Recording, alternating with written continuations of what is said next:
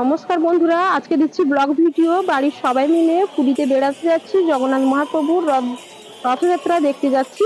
তো আমরা ট্রেনে করে যাচ্ছি। এটা হচ্ছে দীঘা পুরীর ট্রেন। এই ট্রেনটা পুরীর প্ল্যাটফর্মে একদম রেল স্টেশনে গিয়ে পৌঁছবে। তো আমরা এখন পুরীতে একদম পৌঁছে তো এখন কিন্তু পৌঁছে গেছি। আমরা হোটেলে গিয়ে চান টান করে তো চলে এসেছি সাজুগুজু করে রথের মেলাতে। আর তোমরা যে লোকজন দেখতে পাচ্ছ, রথ দেখতে পাচ্ছ, এটা হচ্ছে বড়দান্ড ঠিক মন্দিরের সামনে রথ কিন্তু দাঁড়িয়ে আছে, জগন্নাথ মহাপ্রভুর রথ।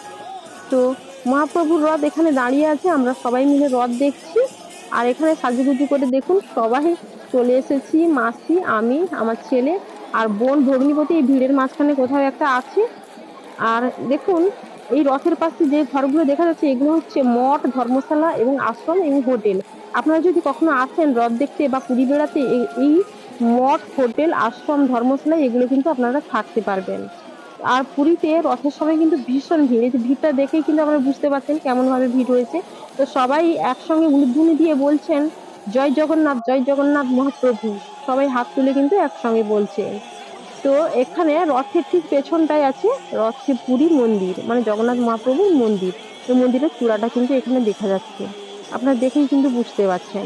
এই যে মন্দিরের চূড়াটা দেখা যাচ্ছে। তো আপনাদেরকে তো মন্দিরের সামনের দিকটা ক্যামেরা করে একটু দেখানো হলো না, প্রচুর ভিড়ের মধ্যে পারিনি ক্যামেরা করে দেখাতে। তো পরে যখন পুরীতে যাব তো ক্যামেরা করে আবার আপনাদেরকে দেখাবো। তো দেখুন জগন্নাথ মহাপ্রভু এই যে ভেতরে বসে আছে, দেখতেই পাচ্ছেন ভেতরে বসে আছে। আর রথের উপরে পণ্ডিত পুরোহিত এরা ঘন্টা এবং কাঁসর এরা বাজাচ্ছে। এই যে দেখুন, এই যে মন্দির দেখা যাচ্ছে ঠিক রথের পাশে, এই যে দেখুন মন্দিরের চূড়া দেখা যাচ্ছে, হলুদ পতাকা উঠছে, এটাই হচ্ছে পুরীর মন্দির। আর এই যে দেখুন ঘোড়া সামনের দিকে কত সুন্দরভাবে ঘোড়াগুলো আছে।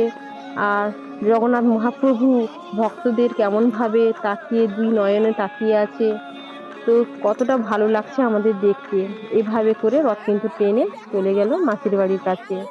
তো এখন সন্ধ্যা হয়ে গেছে, আমরা কিন্তু রথের ঠিক পাশে একটা স্টল বসেছে, রথের মেলা। তো সেখানে কিন্তু আমরা ঢুকছি। আর সেখানে ঢুকে এই দোকানটায় জিনিসপত্র আমার কিন্তু ভীষণ পছন্দ হয়েছে, তাই তোমাদেরকে একটু ক্যামেরা করে দেখালাম। এখান থেকে কয়েকটা জিনিসও আমি কিনে আনলাম। আর এগুলো কিন্তু আমার ভীষণ ভালো লেগেছে। আর তোমরা যদি রথের মেলায় আসো এই জিনিসগুলো দেখবে, খুব ভালো, বেশ সুন্দর ভালো। আর রথের মেলায় আরো বিভিন্ন প্রকারের জিনিস আছে, কুটির শিল্পর কাছ থেকে, হাতের শিল্পর কাছ থেকে নানা রকমের জিনিস এখানে কিন্তু এই স্টলটার মধ্যে পাওয়া যায়। খাওয়ারের জিনিসের কাছ থেকে সবকিছু। তো তোমরা পুরীতে শুধু রথের মেলা নয়, আরো বিভিন্ন প্রকারের ভিডিও পাবে। যেমন পুরীতে আরো দেখার আছে সমুদ্র, কোণারক, এই মন্দির, এগুলো কিন্তু দেখার আছে। এগুলো পেতে গেলে আমার চ্যানেলটাকে তোমরা সাবস্ক্রাইব করে নেবে পরের ভিডিওটা পাওয়ার জন্য। তো বন্ধুরা, এখন কিন্তু আমি এই ভিডিওতে সেগুলো কিন্তু শেয়ার করছি না, তো পরের ভিডিওতে সেগুলো কিন্তু শেয়ার করব। তো ওইদিকে কিন্তু একটা নৃত্য হচ্ছে, তার জন্য কিন্তু গানটা শোনা যাচ্ছে। আর এখন কিন্তু আমরা বাইরে বেরিয়ে যাব। আর এদিকে দেখো নাগরদোলা আর বিভিন্ন প্রকারের খাবারের দোকান। তো এখানে আমি জগন্নাথ দেবের কাছে আরতি করছি, তো এখানে একটু আরতি দিলাম। আর জগন্নাথ মহাপ্রভু, মা সুভদ্রা, বলরাম এদের কাছে আমি আরতি জানালাম। তো আরতি জানিয়ে প্রণাম করলাম। আর এই এখন তোমাদেরকে তিনটা রথ আমি এক সারিতে দেখাবো।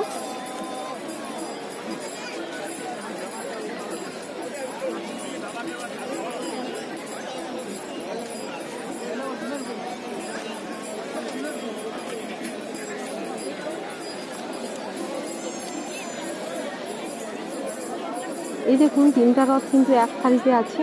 তবে তোমরা বুঝবে কি করে কোনটা কার রথ? যখন দেখবে লাল আর সবুজ কাপড়ের রথ, এটা হচ্ছে মহাপ্রভু বলরামের রথ। আর লাল কালো কাপড়ের রথ, এটা হচ্ছে মা সুভদ্রার রথ। আর লাল আর হলুদ কাপড়ের রথ, এটা হচ্ছে মহাপ্রভু জগন্নাথ দেবের রথ। তাহলে তোমাদেরকে তিনটা রথ আমি দেখালাম। আর তিনটা রথ বেশ সুন্দরভাবে কিন্তু আমি দেখিয়েছি। তবে রথের কাছে গিয়ে ক্যামেরাটা করতে পারিনি।